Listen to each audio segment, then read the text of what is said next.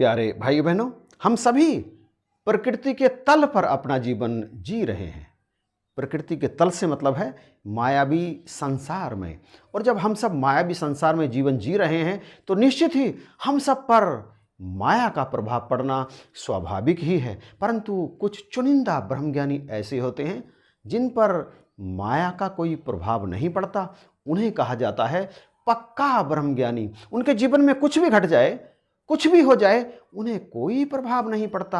ऐसों के बारे में ही भगवान कहते हैं, माया मेरी अर्धशरीरी और संतन की दासी।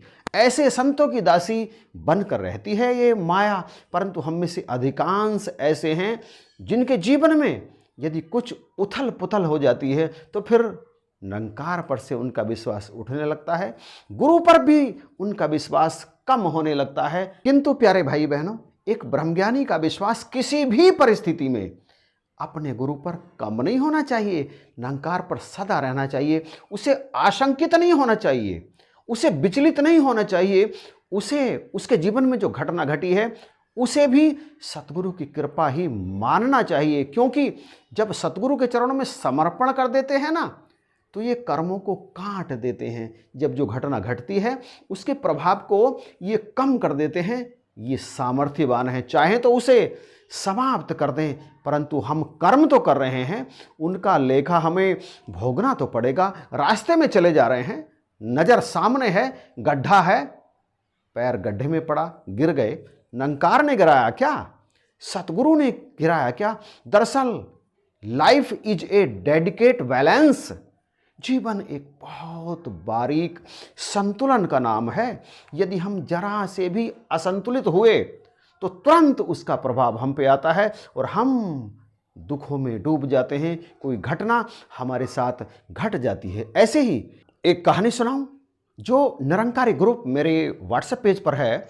उसमें किसी भाई ने या किसी बहन ने ये कहानी भेजी है। मुझे पता नहीं ये कहानी काल्पनिक है या सत्य है, परंतु मुझे बहुत अच्छी लगी, क्योंकि ऐसी कहानी अक्सर हम सबके जीवन में घटती है जो हमारे विश्वास को विचलित करने का काम कर देती है। परंतु जैसा कि मैंने पहले कहा, पक्का विचलित नहीं होता, कच्चा ही विचलित होता है। एक बहन अपने घर में चाहे झाड़ू लगा रही हो, चाहे खाना बना रही हो, चाहे वस्त्र धो रही हो, वो हर समय तू ही निरंकार मैं तेरी शरण हाँ मैनू बख्श लो का स्मरण करती रहती थी। घर में वो अकेली ही निरंकारी थी, इसलिए वो मुंह बंद करके, यानी सांस सांस में अंदर अंदर ही सिमरन करती रहती थी। इसी तरह से एक दिन वो अपने किचन में खाना बना रही थी कि अचानक आंगन से धप की आवाज़ हुई।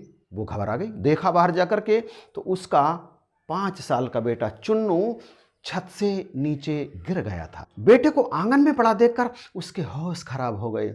मन किया अभी चीख मारकर रोने लगे, परंतु वो करते क्या, घर में उसके अतिरिक्त और कोई था ही नहीं। वो दौड़कर घबराई घबराई बेटे के पास पहुंची, देखा उसके नाक से और उसके सिर से खून बह रहा था और वो बेहोशी की हालत में, अर्ध बेहोशी की हालत में मामा बड़वा रहा था। उसकी आंखों से आंसू आ गए।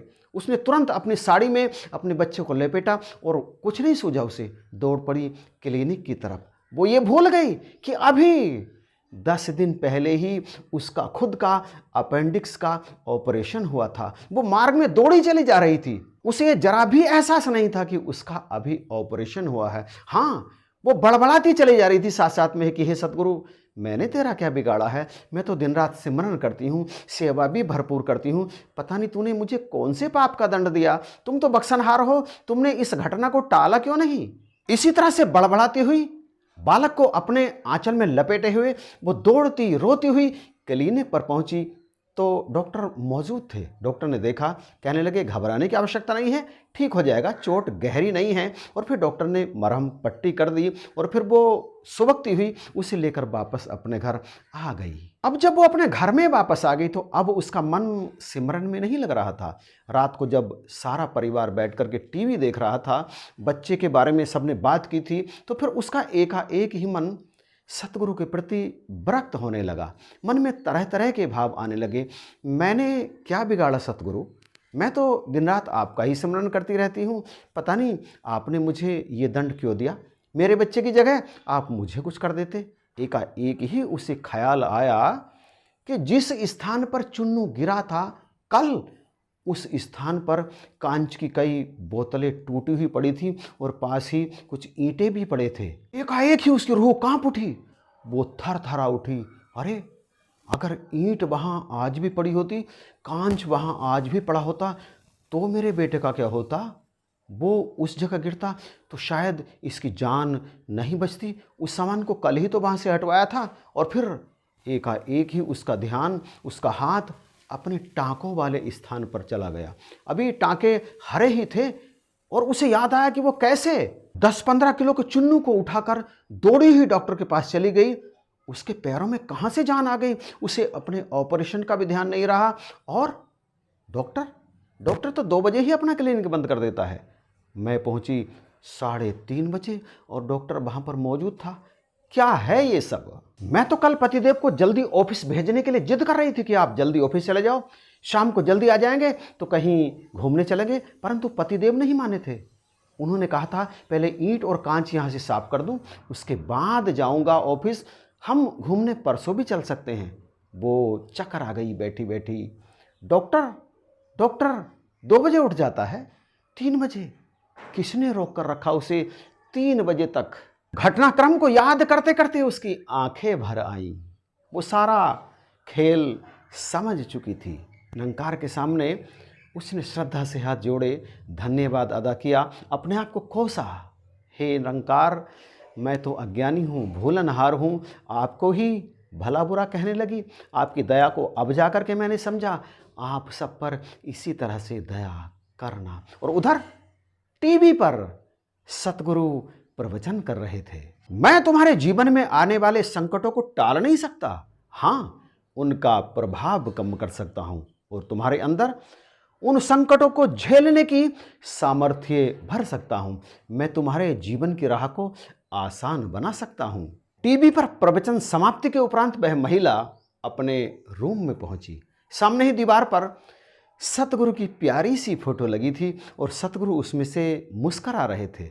महिला देख रही थी, सतगुरु की नज़र फोटो में से उसी के ऊपर थी। अब महिला भी सतगुरु की इस तस्वीर को देखकर मुस्कुराने लगी। अनायास ही उसके होठों से कुछ शब्द निकल पड़े। तेरी नज़रों में क्या खूब नूर होता है, तेरी निगाहों से कहाँ कोई दूर होता है। एक बार रख दे जो कदम तेरी चौखट पर, वह बार बार आने को मजबूर होता है। प्यारे भाई बहनों, इसी तरह की कई घटनाएं हमारे जीवन में भी घट जाती हैं, परंतु याद रहे सतगुरु उनके प्रभाव को कम कर देते हैं और हम जो शक करते हैं ना, उस शक को निकाल दें। कारण करावणहार तू, सब कुछ तेरे पास। ये हमें अपनी गोद में बिठाए हुए हैं।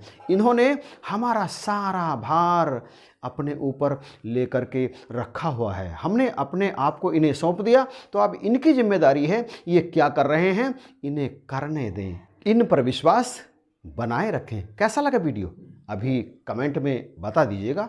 अच्छा लगा तो शेयर जरूर कीजिएगा और चैनल यदि अभी तक सब्सक्राइब नहीं किया है तो इसे भी सब्सक्राइब कर लीजिएगा। इन्हीं शब्दों के साथ आप सभी को जय हिंद, नमस्कार और प्यार भरी धन्यवाद।